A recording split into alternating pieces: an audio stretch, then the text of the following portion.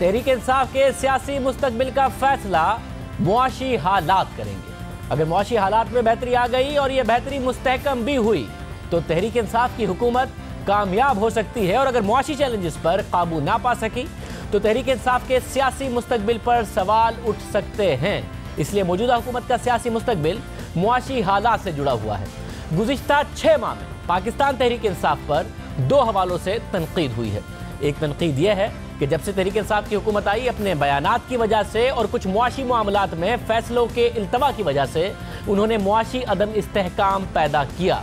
और दूसरी तनकीद यह हुई कि हुकूमत में आके भी अपोजिशन जैसे बयानात देने की वजह से और अपोजिशन का माइंडसेट रखने की वजह से उन्होंने सियासी अदम इस्तेहकाम पैदा किया। सियासी अदम इस्तेहकाम बढ़ता नजर आ रहा है, जिस पर भी आज के प्रोग्राम में हम तफसील से बात करेंगे कि पाकिस्तान पीपल्स पार्टी के खुर्शीद शाह जो मुसालिहाना बात कर रहे थे, मुसालिहत चाहते थे, अब वो भी सख्त बात कर रहे हैं। मगर जो दूसरा फ्रंट है, जो मुआशी फ्रंट है, 6 माह बाद अब हुकूमत समझती है कि उसकी मुआशी पॉलिसियां कामयाब हो रही हैं, मईशत में बेहतरी के आसार नुमाया होने लग गए हैं। मगर क्या मस्बत असरात बरकरार रहेंगे या फिर माजी की तरह आर्जी साबित होंगे, ये एक सवाल है। और ये जो मस्बत असरात हैं वो हुकूमत के दावे के मुताबिक कितने मस्बत हैं, इस पर भी बात करेंगे। गुज़िश्ता माह जनवरी के दादोशुमार के मुताबिक दरामदात में खासी कमी आई है, बरामदात में मामूली इजाफा हुआ है और बैरून मुल्क से रेमिटेंसेज यानी तरसीलात ज़र में भी बेहतरी आई है। यानी कि पाकिस्तान का जो एक्सटर्नल अकाउंट है उसमें बेहतरी के आसार नुमाया होने लगे हैं। आज वज़ीर आज़म इमरान खान ने ट्वीट किया कि मुल्क में मुआशी इस्तेहकाम के लिए उठाए गए हमारे इक़दामात से मस्बत नताइज बरामद होना शुरू हो गए हैं, जिनके बाइस जनवरी 2018 के मुकाबले में इस साल दरामदाद में कमी और बरामदाद में इजाफे का रुझान है, जबकि तिजारती खसारे में $1 अरब की नुमाया कमी आई है। वज़ीर आज़म इमरान खान ने लिखा कि सर्विसेज ट्रेड का खसारा भी $800 मिलियन कम हुआ है, जबकि जुलाई 2018 से जनवरी 2019 के दौरान भिजवाई गई रेमिटेंसेज यानी तरसीलात ज़र गुज़िश्ता साल के इस दौरानिए के मुकाबले में 12.2% का उनमें नुमाया इजाफा हुआ है। वज़ीर आज़म इमरान खान ने लिखा कि बैरूनी खातों की सूरत हाल में नुमाया बेहतरी भी हमारी मुआशी हिकमत अमली की कामयाबी की दलील है। गुज़िश्ता रोज़ यही बातें वज़ीर ख़ज़ाना असद उमर ने लिखी थी। साथ ही पाकिस्तान अब IMF के पास जा रहा है। इतवार को वज़ीर आज़म इमरान खान ने दुबई में IMF की सरबराह से मुलाकात की, जिस हवाले से तनकीद कर रही है अपोजिशन के इमरान खान पहले मुल्की सरबराह हैं जो कि खुद IMF के सरबराह से मिले हैं, वरना यह काम वज़ारत ख़ज़ाना करती थी। और फिर गुज़िश्ता रोज़ वज़ीर ख़ज़ाना असद उमर ने दावा किया कि IMF ने अपनी पोजीशन बदली है, वो IMF के साथ मुआहदे के करीब आ गए हैं, अभी हतमी मुआहदा नहीं हुआ है। अच्छा एग्रीमेंट हो जाएगा इंशाअल्लाह ताला। हमारे और उनके जो फ़र्क था उसके अंदर कमी आई है। IMF ने अपनी पोजीशन बदली है, लग रहा है कि हम करीब आ गए हैं कि IMF के साथ मुआहदा हो जाएगा। IMF के साथ कल कोई मुआहदा करने के लिए मीटिंग नहीं हुई थी। क्या करने की ज़रूरत है पाकिस्तान की मईशत को ठीक करने के लिए, उसके ऊपर एक इत्तफ़ाक़ राय बिल्कुल वहाँ पर बना।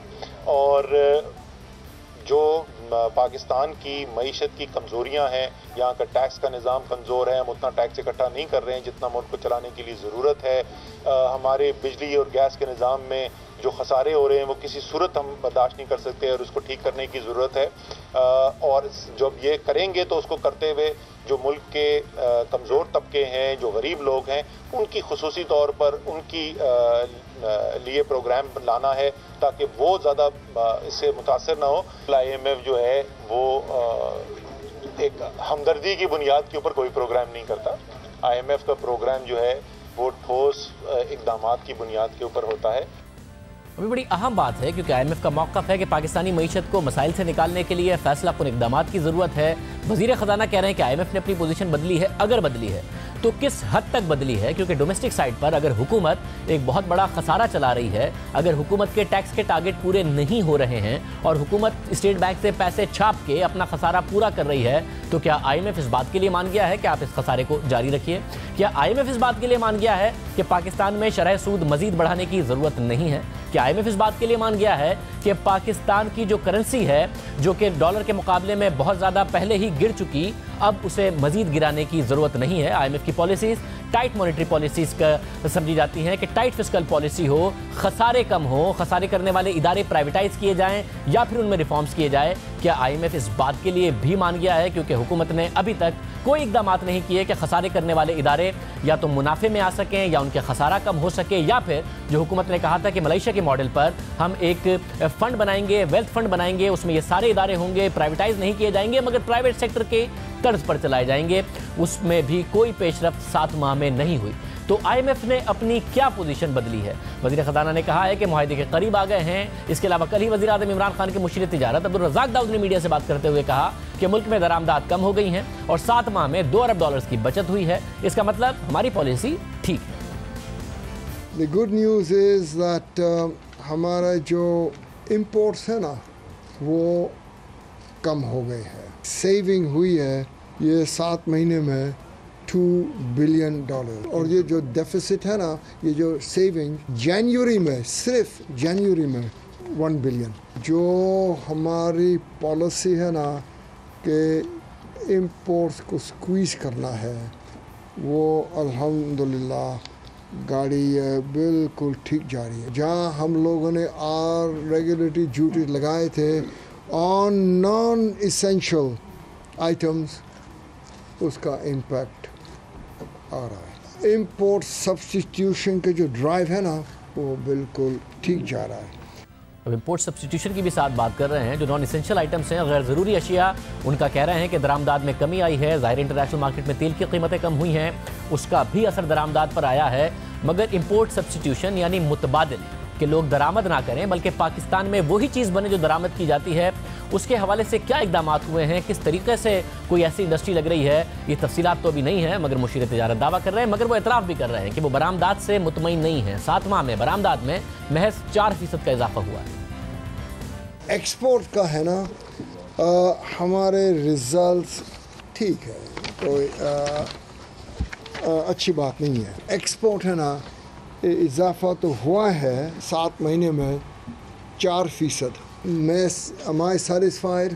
नहीं, ये नहीं, ये हमारे एक्सपोर्ट्स को ज़्यादा होना चाहिए। दरामदाद में तो कमी आई है मगर बरामदाद में इजाफा ज़्यादा नहीं हो सका है। और ये सवाल उठ रहा है कि गुज़िश्ता 1 साल में रुपए की कीमत में 33% की कमी और गुज़िश्ता 3 साल में बड़े पैमाने पर जो इंसेंटिव्स एक्सपोर्ट सेक्टर को दिए गए नून लीग की हुकूमत के आखिर 1.5 साल में, इसके बाद तहरीक इंसाफ की हुकूमत ने आने के बाद वजीर खजाना सद उमर ने खास तौर पर इंडस्ट्री पर फोकस किया है, खास तौर पर इंडस्ट्री को इंसेंटिवाइज किया है। डॉलर की कदर में पहले ही कमी आ चुकी है, उसके बावजूद बरामदाद में इजाफा नहीं हो रहा।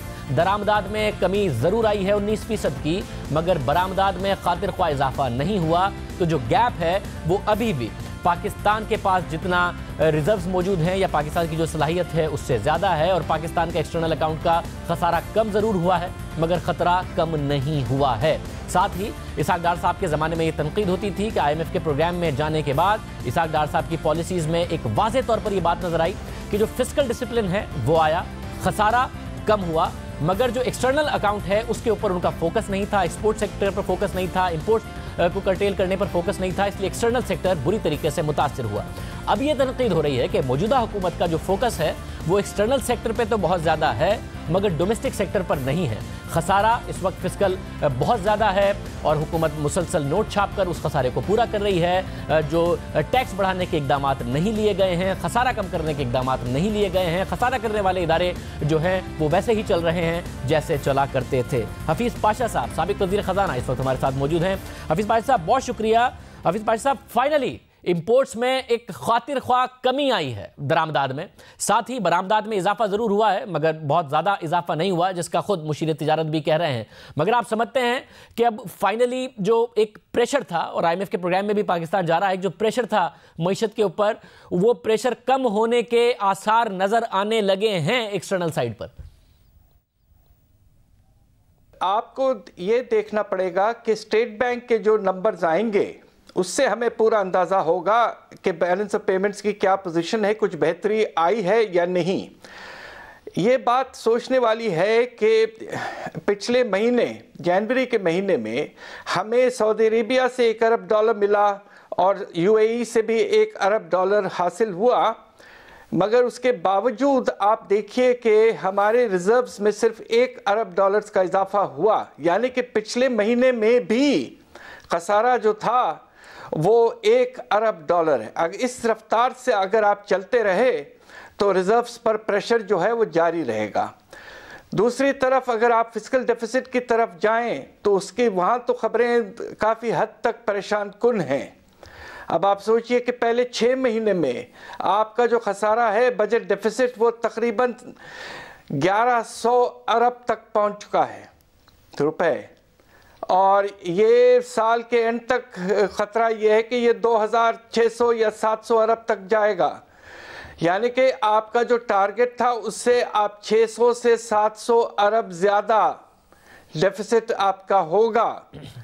तो लिहाजा इस अभी तक हालात संभले नहीं है और बस उम्मीद कर सकते हैं कि कुछ बेहतरी आएगी। मगर हफीज भाई साहब, एक ऐसा लगता है जैसे ऑपोजिट पॉलिसी है। इसहाक डार साहब की पॉलिसी थी जिसमें जो डोमेस्टिक साइड है उस पर वो इकोनॉमिक डिसिप्लिन लेकर आए, आईएमएफ का प्रोग्राम भी था, मगर असद उमर साहब की वाज़ेह पॉलिसी नजर आ रही है कि उन्हें ज्यादा बड़ा खतरा एक्सटर्नल सेक्टर लगता है। उन्होंने एक आध प्रेस कॉन्फ्रेंस में और कुछ इंटरव्यूज में कहा भी है कि जो डोमेस्टिक साइड है उसका तो आप नोट छाप लेंगे मगर डॉलर हम छाप नहीं सकते। और अगर पाकिस्तान का तारीखी तौर पर देखा जाए, जनरल मुशर्रफ के दौर में 8.6% तक हमने जीडीपी ग्रोथ तक गए, मगर एक्सटर्नल साइड क्योंकि वीक था इसलिए इकोनॉमी अचानक से बैठ गई। इसहाक डार साहब के दौर के बाद भी यही नजर आया कि डोमेस्टिक साइड बेहतर हो गया था, एक्सटर्नल साइड वीक था, डेफिसिट्स बहुत ज्यादा थे, इकोनॉमी अचानक से बैठ गई। आप समझते हैं ये ठीक पॉलिसी है असद उमर साहब की कि वो एक्सटर्नल साइड पर फोकस कर रहे हैं? डोमेस्टिक साइड पर जाहिर नोट छापने पड़ रहे हैं, उसके अलग से इन्फ्लेशनरी प्रेशर आ सकते हैं, मगर क्या इस बात को बर्दाश्त कर सकती है मईशत और एक्सटर्नल साइड पर ही फोकस होना चाहिए या दोनों को एक साथ देखना चाहिए? देखिए, यकीनन आपको दोनों को एक साथ देखना पड़ेगा। उसकी वजह यह है कि अगर आपका फिस्कल डेफिसिट बहुत बढ़ जाता है तो उसके नतीजे में जिसे हम कहते हैं कि जो डिमांड का लेवल है माशी हमारे जो हालात में वो बढ़ जाता है, और उसके बढ़ने से इंपोर्ट्स की डिमांड में भी इजाफा होता है। दोनों को एक वक्त पे आपको कंट्रोल करना पड़ेगा। सब ज़ाहिर दुरुस्त कह रहे हैं, प्रिंसिपल्स हैं उसके मुताबिक लैग के साथ ज़रूर जब आप पैसे छापेंगे मईशत में पैसे आएंगे और तो वो डिमांड बढ़ाएंगे और उसकी वजह से जो महंगाई है उसके दबाव में इजाफा करेंगे। मगर अगर ये आईएमएफ के पास जा रहे हैं और कह रहे हैं कि आईएमएफ काफ़ी हद तक माना है और उसने अपनी पोजीशन बदली है, तो आपको लगता है कि आईएमएफ नहीं कहेगा इनसे कि आप पैसे छापना बंद करें क्योंकि इससे आप डिमांड नहीं कर्टेल कर पाएंगे? तो डिमांड कर्टेल करने के लिए अपने खसारे कम करें, पैसे कम छापें, इंटरेस्ट रेट और बढ़ाएं, अपनी करेंसी को और डिवैल्यू करें, खसारे करने वाले इदारों को प्राइवेटाइज करें, सब्सिडीज को मुकम्मल तौर पर खत्म करें, फिस्कल डिसिप्लिन में आएं। अगर आप एक्सटर्नल साइड पर फोकस कर रहे हैं साथ साथ, आप समझते हैं इन सबसे पीछे हट जाएगा आईएमएफ या ये सब इनसे करवाएगा आईएमएफ? इस वक्त जो आपका खसारा है फिस्कल डेफिसिट वो तारीख का सबसे बड़ा खसारा है, और दूसरी तरफ आपके करंट अकाउंट डेफिसिट में जिस तरह हुकूमत ने कहा था कि हम $19 अरब से कम करके $12 अरब पे ले आएंगे, अभी तक जो आपके इंडिकेशंस हैं पहले 6 महीने में, उसके नतीजे में अगर आपको $12 बिलियन पे लाना है इस साल, तो आखिरी 6 महीने में आपको अपने करंट अकाउंट डेफिसिट को 60% कम करना पड़ेगा। यह गैर मुमकिन सी बात है। मुझे अफसोस है कि मैं आपको इस तरह के अदाद शुमार दे रहा हूँ, but we have to realize कि हालात संभले नहीं हैं, और आईएमएफ जो है वो आपको इस मर्तबा, चूंकि आपका जो फाइनेंसिंग रिक्वायरमेंट है वो बहुत बढ़ चुका है, पिछले प्रोग्राम के लिहाज से तकरीबन 2 से 2.5 गुना है, तो लिहाजा जो मेजर्स वो कहेंगे वो ऐसे होंगे कि आपको काफ़ी सख्त इक़दामात लेने पड़ेंगे, और ये वो आपके अपने इंटरेस्ट में है, इसलिए कि वरना आपका फाइनेंसिंग गैप जो है अगले साल वो बहुत हद तक बढ़ चुका होगा। आपके जो पैसे वापस करने का वक्त आ रहा है, डेट रीपेमेंट में तकरीबन अगले साल $5 से $6 अरब का और इजाफा हो सकता है। लिहाजा हालात परेशान कुन हैं और गवर्नमेंट को आईएमएफ के साथ बैठकर एक टफ प्रोग्राम बनाना पड़ेगा। आपने नोट किया होगा कि मैनेजिंग डायरेक्टर ऑफ आईएमएफ ने एक लफ्ज इस्तेमाल किया है, decisive action. Decisive means very strong action जिसकी हमें इस वक्त अफसोस से कहना पड़ता है कि ज़रूरत है। अच्छा, फिर डिसाइसिव फैसला कौन अमल के लिए, एक्शंस के लिए इकोनॉमी में आपको लगता है 6-7 माह हो गए इस हुकूमत को अब, और कुछ मुश्किल फैसले किए हैं इन्होंने। ऐसा नहीं है कि IMF के प्रोग्राम में जाने के बाद करने थे। गैस की प्राइसेस बढ़ाई हैं, बिजली की कीमतें बढ़ाई हैं, तनकीद के बावजूद मुश्किल फैसले किए हैं। हालांकि अपोजिशन ने फिर मईशत पर सियासत करने की कोशिश की, मगर इन्होंने किए। मगर और दावे थे कि मलेशिया की तर्ज पर हम एक वेल्थ फंड बनाएंगे, जितने भी खसारे करने वाले इदारे हैं, PIA, steel mill, power distribution companies, सब उसमें डालेंगे, उसको प्राइवेट सेक्टर की तर्ज पर चलाएंगे, इनके खसारे खत्म करेंगे, प्राइवेटाइज नहीं करेंगे। हुआ नहीं, एक तो हुआ नहीं, दूसरा यह है कि जो इनिशियल साइंस होते हैं, नजर आते हैं कि हुकूमत कुछ ना कुछ कर रही है, वो भी नजर नहीं आया। आप समझते ये है बड़ा मुश्किल, या हुकूमत की तैयारी इस हवाले से थी नहीं, कोई प्रैक्टिकल इकदाम कर नहीं सकी हुकूमत? अभी तक जी जो स्टेप्स रिक्वायर्ड थे आपके पब्लिक सेक्टर एंटरप्राइजेस को आगे बढ़ाने के लिए, वो अभी तक मेरा नहीं ख्याल है कि कोई आपको वाज़ेह तौर पर कोई प्लान नज़र आया है। जो सबसे परेशान कुन बात है, सर्कुलर डेट तो आपका 1000 से 1100 अरब तक पहुंच चुका है। एक चीज़ जो मैं वाज़ेह करना चाहता हूं कि इस वक्त गवर्नमेंट अपना गुजारा स्टेट बैंक के बोरोइंग के ज़रिए से कर रही है। आपको हैरत होगी कि इस वक्त तकरीबन 3.8 खरब रुपए हमने स्टेट बैंक से बोरो किए हैं। ये पिछले 70 साल की क्यूमुलेटिव बोरोइंग से ज्यादा है। ये पाकिस्तान की तारीख में ऐसी चीज हमने कभी नहीं देखी, और इसके नतीजे में अफरात ज़र में 2-3 महीने में आप देखेंगे कि इजाफा होगा। पिछले 2 हफ्ते में सेंसिटिव प्राइस इंडेक्स जो है 7% से कम था, 2 हफ्ते में अब वो 9% के ऊपर जा चुका है। इस रफ्तार से अब अफरात ज़र में इजाफा हो रहा है। बतौर आप मईशत को बहुत करीब से देखा भी है आपने, वजीर खजाना रहे हैं, वैसे इकोनॉमिस्ट हैं, तो ये तो अजीब एक कैच-22 वाली सिचुएशन आ गई मईशत के लिए फिर, कि अगर एक्सटर्नल साइड पर फोकस कर रहे हैं, डोमेस्टिक साइड पर फोकस नहीं कर रहे, पैसे ज़्यादा प्रिंट करेंगे तो स्टेट बैंक के ज़रिए जब पैसे प्रिंट कर लेंगे, तो जो हुकूमत की पॉलिसी है कि डिमांड हमने पुल करनी है और उसके ज़रिए इंपोर्ट्स भी कर्टेल करनी है और इन्फ्लेशन को भी कर्टेल करना है, पैसे प्रिंट करेंगे तो डिमांड नहीं कर्टेल होगी, फिर इन्फ्लेशनरी प्रेशर क्रिएट होंगे, फिर इंटरेस्ट रेट बढ़ेंगे।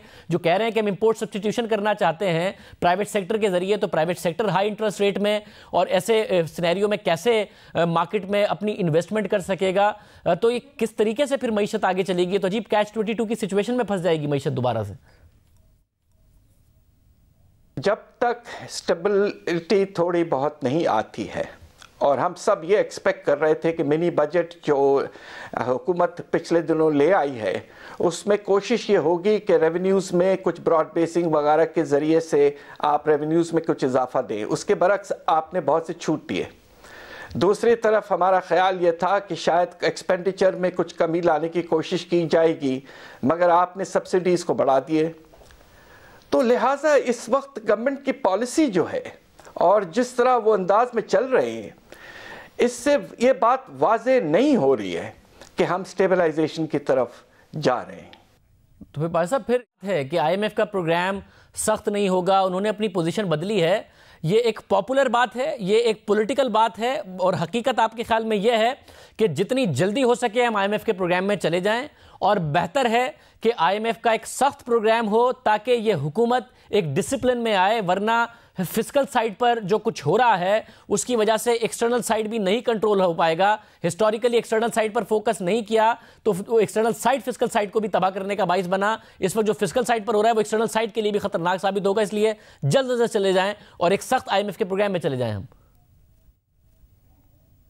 जी बिल्कुल, मुझे अफसोस से कहना पड़ता है, आपने देखा पिछली हुकूमत में भी पहले 3 साल जब हम एक्सटेंडेड फंड फैसिलिटी में थे IMF के, तो हम बजट डेफिसिट को बहुत कम करके लेकर आ गए थे। 4.6% GDP पे ले आए थे, जो कि बहुत कम मुनासिब लेवल था। उसके बाद जब IMF का प्रोग्राम ख़त्म हुआ तो आखिरी 2 साल में इस रफ्तार से खसारे को बढ़ाया गया कि आखिरी साल में हमारा जो डेफिसिट है वो 6.6% GDP तक पहुंच चुका था। लिहाजा अफसोस से कहना पड़ता है कि हमें बाहर से कुछ फिस्कल डिसिप्लिन की ज़रूरत पड़ रही है।